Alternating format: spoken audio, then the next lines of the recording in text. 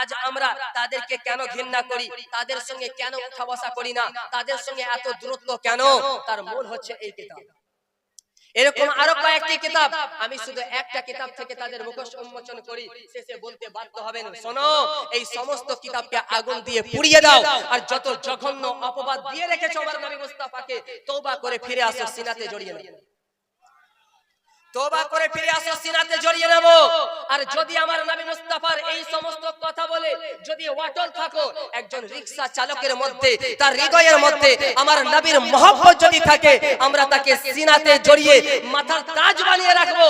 আর তোমার মতো মুফতি আলিম মুহাদ্দিস যদি বিন্দু পরিমাণ আমার নবী মুস্তাফার শানকে নিয়ে যদি আপনার সম্মান নিয়ে ছোট করতে চায়, তার স্থান আমাদের জুতোর নিচে থাকবে।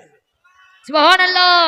সে যতই বড় আলেম থাকে না কেন, আমার নবী মুস্তাফার মহব্বত যদি তার হৃদয়ের মধ্যে না থাকে, সে কখনো মুসলমান হতে পারে, সে কখনো মুসলমান হতে পারে না।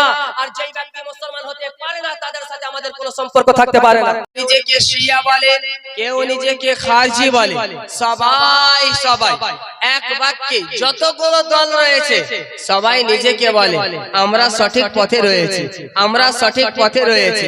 এবার তাদেরকে যদি জিজ্ঞাসা করা হয় আপনি সঠিক পথে রয়েছেন, আপনি কার কালমা পড়েছেন, সে ব্যক্তিও বলবে আমি আল্লাহ এবং আল্লাহর রাসূলের প্রতি ঈমান নিয়ে এসেছি। বলে কি বলে না বাপ, আল্লাহ এবং আল্লাহর রাসূলের প্রতি ঈমান নিয়ে এসেছি।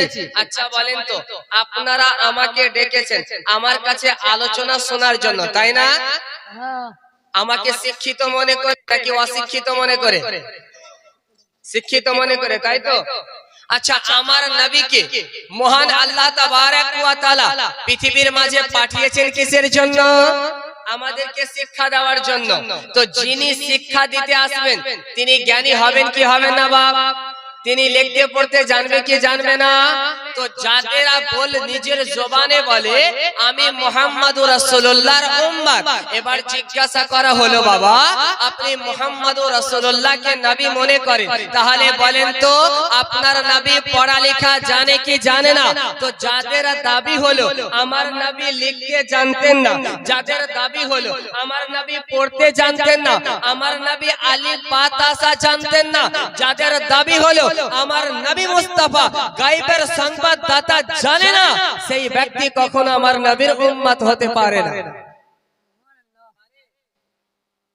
তো যাদের এখন যদি কেউ ব্যক্তি বলে যে মাওলানা আপনাকে ডেকেছি এই জন্য যে আপনি অশিক্ষিত, তার কথা কার্যকারী হবে? ঠিক তেমনি কেউ যদি বলে যে আমরা নবী মুস্তাফার উম্মত অথচ নবী আমার লিখতে পড়তে জানে না, সেই ব্যক্তি কখনো আমার নবীর উম্মত হতে পারে না। তাহলে তারা কারা? তারা বেধর্মীদের টাকা নিয়ে মুসলমানদের মাঝে ফিতনা সৃষ্টি করা। আর এটা শুধু আজকে নতুন কিছু নয়, তাদের পূর্বপুরুষ থেকে চলে আসছে। ইনশাআল্লাহ একের পর এক আলোচনা হবে এবং প্রমাণ স্বরূপ তাদের চেহারা দেখানো হবে। মাইক ভাইকে বলবো আওয়াজটা একটু খিঁচে একটু পরিষ্কার করে দিবেন ভাই, আমার আওয়াজ খিঁচে একটু পরিষ্কার করে দিবেন। মুআজ্জাজ মুহতারাম সামিনে কিরাম, হিন্দুস্তানের মাটিতে কোনো ফিরকা ছিল না, হিন্দুস্তানের মাটিতে কোনো ওয়াহাবিজম ছিল না, হিন্দুস্তানের মাটিতে কোনো ওয়াহাবি মতবাদ ছিল না, কোনো দেওবন্দি মতবাদ ছিল না। আসলে কোথায় থেকে?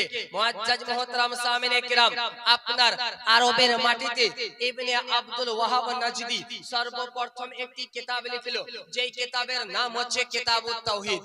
কি বাপ? কিতাবুত তাওহীদ। এই কিতাবুত তাওহীদের মধ্যে মুসলমানদেরকে মুশরিক প্রমাণ করা হলো, মুসলমানদেরকে মুশরিক বলা হলো, মুসলমানদের আমলদেরকে বিদআত বলা হলো। বলে কি বলে না? শবে বরাতের হালুয়া খাওয়া বিদআত, ইয়া নবী সালাম আলাইকা বলা বিদআত, আমরা যে এখনই দুরূদ পড়লাম এই দুরূদকে বিদআত বলে কি বলে না? মৃত ব্যক্তির নামে 40 চাহরম করা আপনার ইসালে সওয়াবের উদ্দেশ্যে বিদআত বলে কি বলে না? মুআজ্জাজ মুহতারাম আজকে কোনো নতুন বিষয় নয়। আপনার কিতাবুত তাওহীদ যখন লিখিত হলো হিন্দুস্তানের মাটিতে সর্বপ্রথম যার নাম হচ্ছে ইসমাইল দেহলভী এই কিতাবটি লিখলো, যেই কিতাবের নাম হচ্ছে তাকওয়াতুল ঈমান। এই কিতাব যখন লেখা হলো পুরো হিন্দুস্তানের মাটিতে আলিম ওলামাদের মধ্যে বিভ্রান্ত সৃষ্টি হয়ে গেল, ফাসাদ সৃষ্টি হয়ে গেল। আর এই কথার স্বীকার করেছে কে? সর্বপ্রথম স্বীকার করেছে দেওবন্দীদের একজন লিডার যার নাম হচ্ছে আশরাফ আলী থানভী। এই কিতাব লেখার কারণে মুসলমানদের মাঝে যে বিভ্রান্ত সৃষ্টি হয়েছে, আর এই কিতাবে যে সে ভুল লিখেছে। দেখেন, আমি যদি একটি কিতাব লিখি, আমি কিতাবের শুরুতে লিখব কি যে এই কিতাবের মধ্যে যদি কোনো ভুল ভ্রান্তি হয়ে থাকে তো আপনারা আমাকে জানাবেন, আমি পরবর্তীতে সংশোধন করে দেব, তাই না? একজন শিক্ষিত ব্যক্তির পরিচয় এটাই। কিন্তু এই ব্যক্তি যখন ইসমাইল দেহলভী এই কিতাবটি লিখলেন, লেখার পরে তার কিছু খাস খাস ব্যক্তিকে জমা করলো, একত্রিত করলো, আর এই পুরো ঘটনাটা লিখেছে আশরাফ আলী থানভী তার আরওয়াহে সালাসা কিতাবের মধ্যে, যে তার কিছু বিশেষ বিশেষ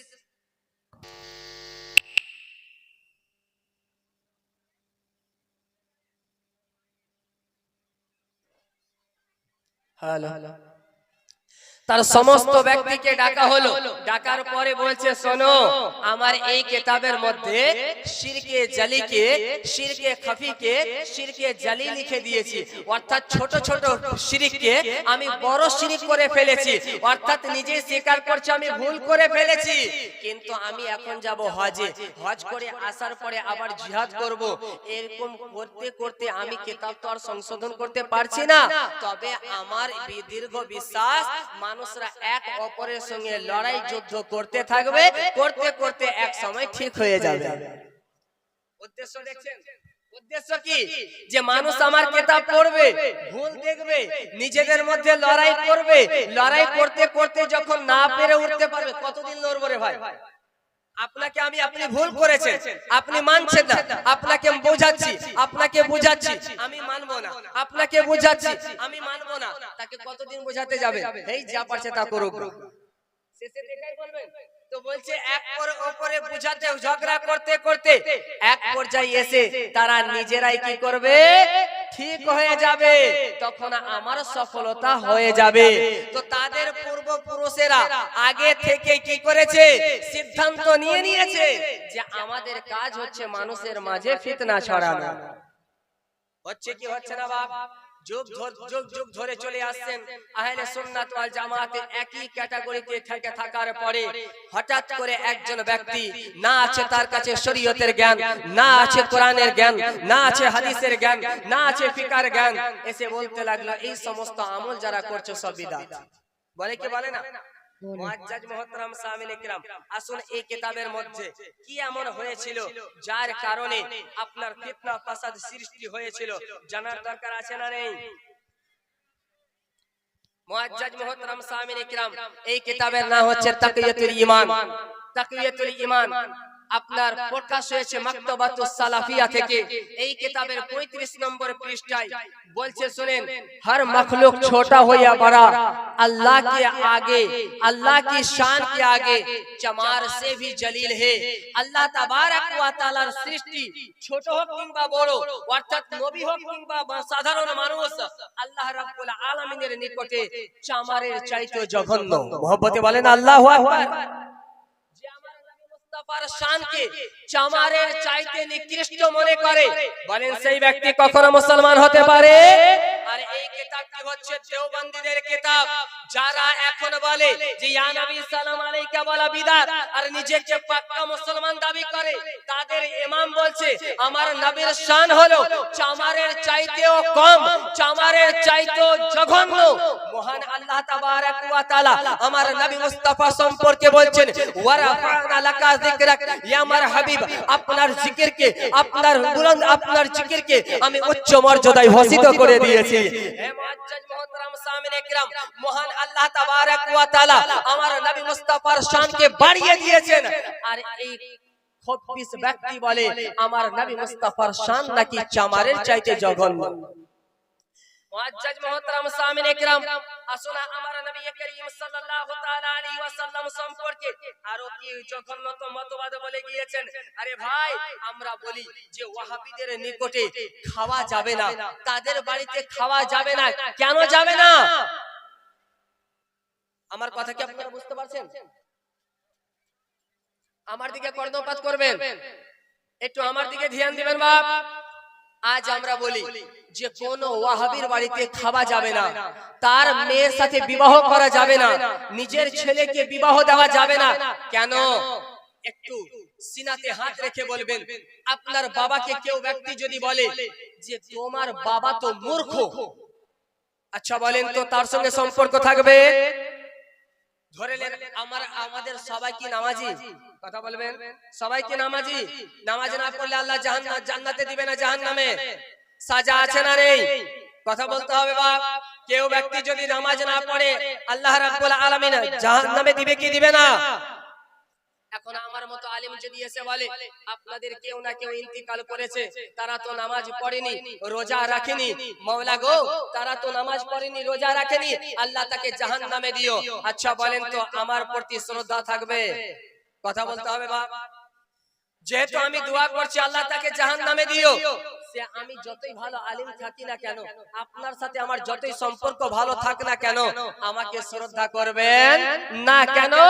উচিত ছিল হুজুর যে দোয়া করেন যে আল্লাহ যেন আমার পিতা মাতাকে যেন জান্নাত নসিব করে, আপনি সরাসরি বলছেন যেন জাহান্নামে দেয়।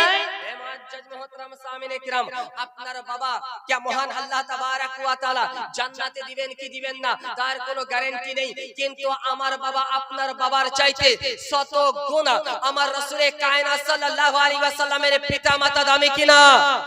আমার রাসূলে কায়নাত সাল্লাল্লাহু তাআলা আলাইহি ওয়াসাল্লাম যে আল্লাহ তাবারাক ওয়া তাআলা জিনাদের মাধ্যমে দুনিয়ার বুকে পাঠিয়েছেন, তার সম্মান তার মর্যাদা আমার আল্লাহ রাব্বুল আলামিনের নিকটে আছে না নেই?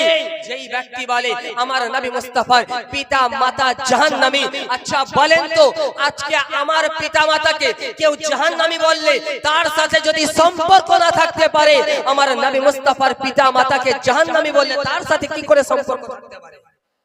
কি করে সম্পর্ক থাকতে পারে? আমার রাসূলে কায়নাত সাল্লাল্লাহু আলাইহি ওয়াসাল্লাম হযরত আব্দুল্লাহ ইবনে আব্বাস রাদিয়াল্লাহু তাআলা আনহু হতে বর্ণিত, আল্লাহর নবী সাল্লাল্লাহু তাআলা আলাইহি ওয়াসাল্লাম একদিন মিম্বারের উপরে দাঁড়িয়ে গেলেন।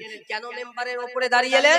আল্লাহর নবী সাল্লাল্লাহু আলাইহি ওয়াসাল্লাম বলেন ফাকান্নাহু সামিয়া শাইয়ান, আল্লাহর নবী সাল্লাল্লাহু আলাইহি ওয়াসাল্লাম কিছু কথা শুনলেন। কি কথা শুনলেন? মুহাদ্দিসিনে কিরাম বলেন আল্লাহর নবী সাল্লাল্লাহু তাআলা আলাইহি ওয়াসাল্লামের খানদান সম্পর্কে একজন মুনাফিক কটু বাক্য করলো, কটু বাক্য ব্যবহার করলো। আল্লাহর নবী সাল্লাল্লাহু আলাইহি ওয়াসাল্লাম মিম্বারের উপরে দাঁড়িয়ে গেলেন। মিম্বারের উপরে দাঁড়িয়ে যাওয়ার পরে আল্লাহর নবী সাল্লাল্লাহু আলাইহি ওয়াসাল্লাম বলেন মান আনা, ওগো আমার সাহাবী বলো আমি কে? মহব্বতে বলেন না সুবহানাল্লাহ। মুআজ্জাজ মুহতারাম সামিনে কিরাম, এই কথা শোনার সাথে সাথে সাহাবাগণ বলছেন আনতা রাসূলুল্লাহ, আপনি হলেন আল্লাহর রাসূল। মহব্বতে বলেন না সুবহানাল্লাহ। তারপরে আপনার সাহাবী রাসূল এই কথা যখন বললেন, আল্লাহর নবী সাল্লাল্লাহু আলাইহি ওয়াসাল্লাম বলেন আনা মুহাম্মদ ইবনে আব্দুল্লাহ, হ্যাঁ আমি তো আল্লাহর রাসূল, তবে আমার একটা পরিচয় রয়েছে, আমার নাম মুহাম্মদ, আমার বাবার নাম আব্দুল্লাহ, আমার বাবার নাম আব্দুল মুত্তালিব, তার বাবার নাম আব্দে মুনাফ, তার বাবার নাম হাশিম, তার বাবার নাম কিলাব, তার বাবার নাম মুররা। এমন করে বলতে বলতে আদম আলাইহিস সালাম পর্যন্ত চলে গেলেন আর বললেন হ্যাঁ বলো এদের মধ্যে কার চরিত্রে আঘাত রয়েছে, এদের মধ্যে কার চরিত্র খারাপ রয়েছে? হে মুনাফিকের দল, আমার বংশ নিয়ে কথোপকথন করছো, আমার বংশ নিয়ে তোমরা কটু শব্দ ব্যবহার করছো, বলো এদের মধ্যে কে খারাপ রয়েছে? তবে শোনো, মহান আল্লাহ তাবারাক ওয়া তাআলা আরবের মাটিতে দুইটা কাবিলা সৃষ্টি করলেন। ওই দুইটি কাবিলার মধ্যে যেটা সবচাইতে উত্তম ফিরকা, সেই ফিরকাতে মহান আল্লাহ তাবারাক ওয়া তাআলা আমাকে পাঠিয়ে দিলেন। মহব্বতে বলেন সুবহানাল্লাহ। তারপরে আবার বলছেন শোনো হে আরব, হে দুনিয়াবাসীরা শোনো, তারপরে মহান আল্লাহ তাবারাক ওয়া তাআলা কয়েকটা ঘরানা তৈরি করলেন। কয়েকটা ঘরানা তৈরি করার পরে যেটা সবচাইতে উত্তম ঘরানা, সেই ঘরানাতে মহান আল্লাহ তাবারাক ওয়া তাআলা আমাকে পাঠিয়ে দিলেন। তারপরে নবী আমার বলছেন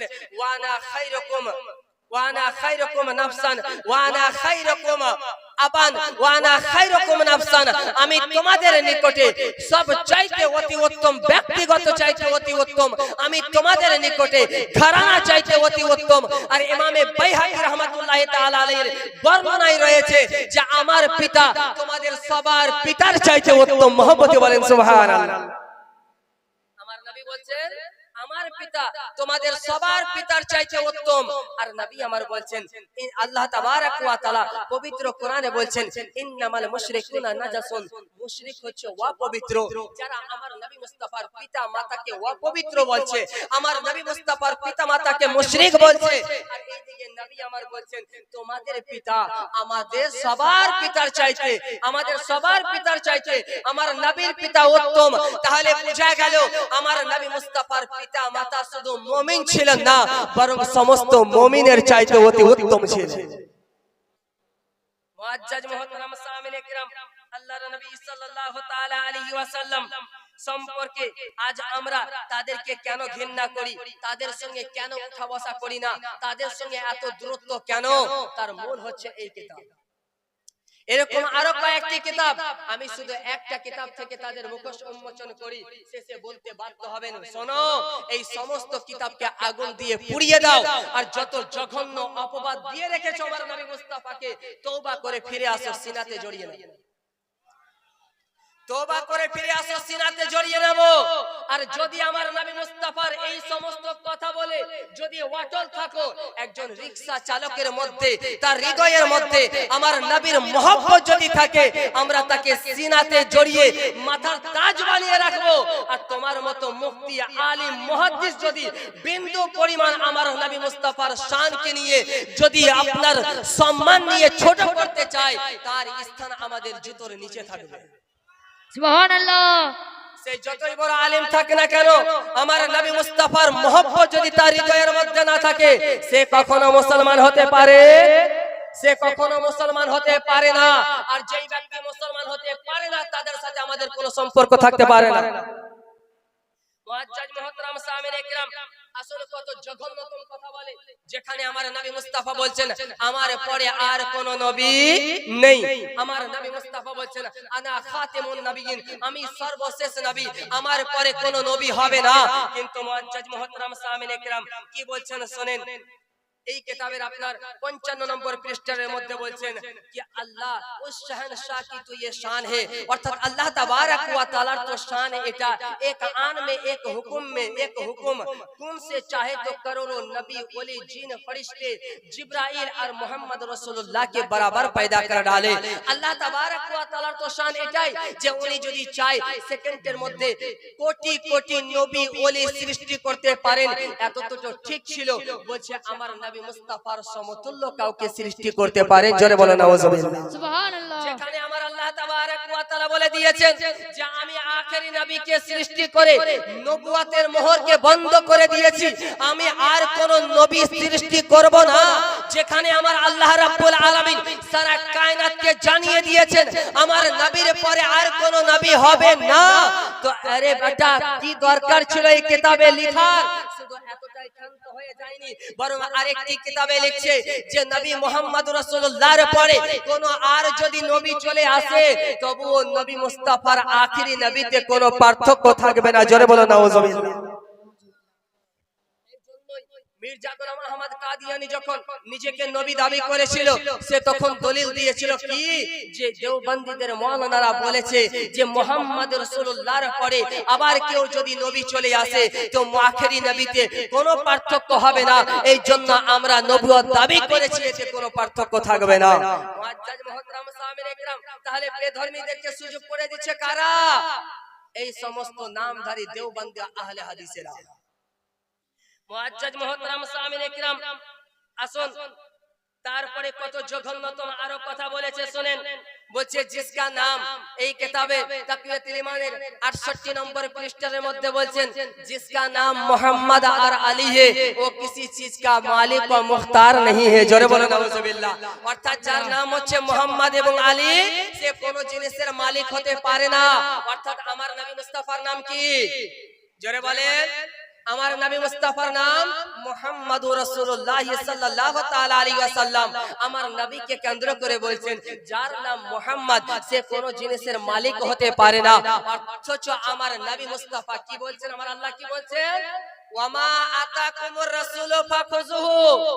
আমার আল্লাহ যেটা, আমার আল্লাহ বলছেন আমার রাসূল যেটা দিয়েছেন সেটা গ্রহণ করো। ওয়ামা নাহাকুম আনহু ফান্তাহু। আমার রাসূল যে জিনিস থেকে বারণ করেছে সেই জিনিস থেকে বিরত থাকো। মহব্বতে বলেন সুবহানাল্লাহ। সুবহানাল্লাহ। যেখানে আমার আল্লাহ বলছেন যে আমার রাসূল যেটা দিচ্ছেন সেটা নাও, গ্রহণ করে নাও।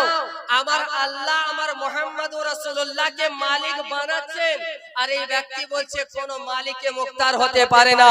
আচ্ছা বলেন আল্লাহর কথা মানবো নাকি দেওবন্দীদের কথা মানবো?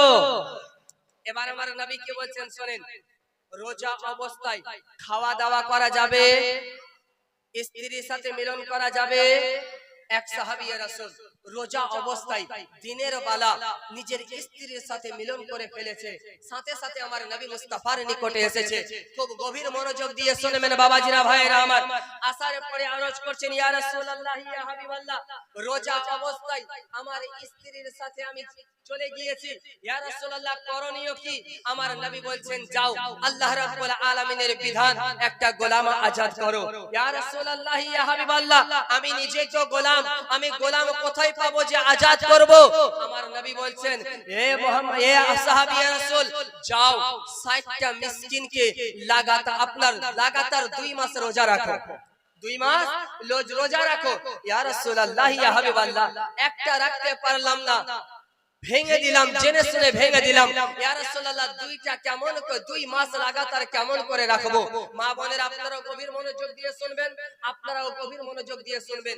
কোন ব্যক্তি যদি জেনে শুনে রমজান মাসের একটা রোজা যদি ভেঙে দেয় জেনে শুনে, তাকে কাফারা দিতে হবে। কি দিতে হবে? কাফারা দিতে হবে। আর কাফারা কি? গোলাম আজাদ করতে হবে।